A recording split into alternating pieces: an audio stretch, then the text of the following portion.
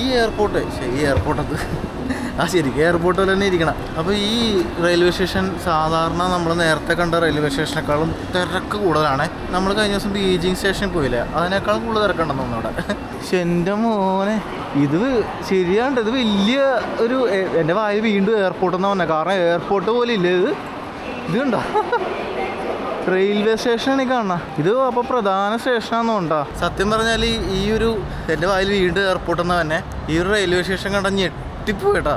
ഒരു രക്ഷയില്ലെന്ന് പറഞ്ഞാൽ കിട്ടില്ല സംഭവം. മുകളിൽ കാണുന്ന ഭാഗത്തൊക്കെ റെസ്റ്റോറൻറ്റും താഴത്തൊക്കെ പ്ലാറ്റ്ഫോമാണ്.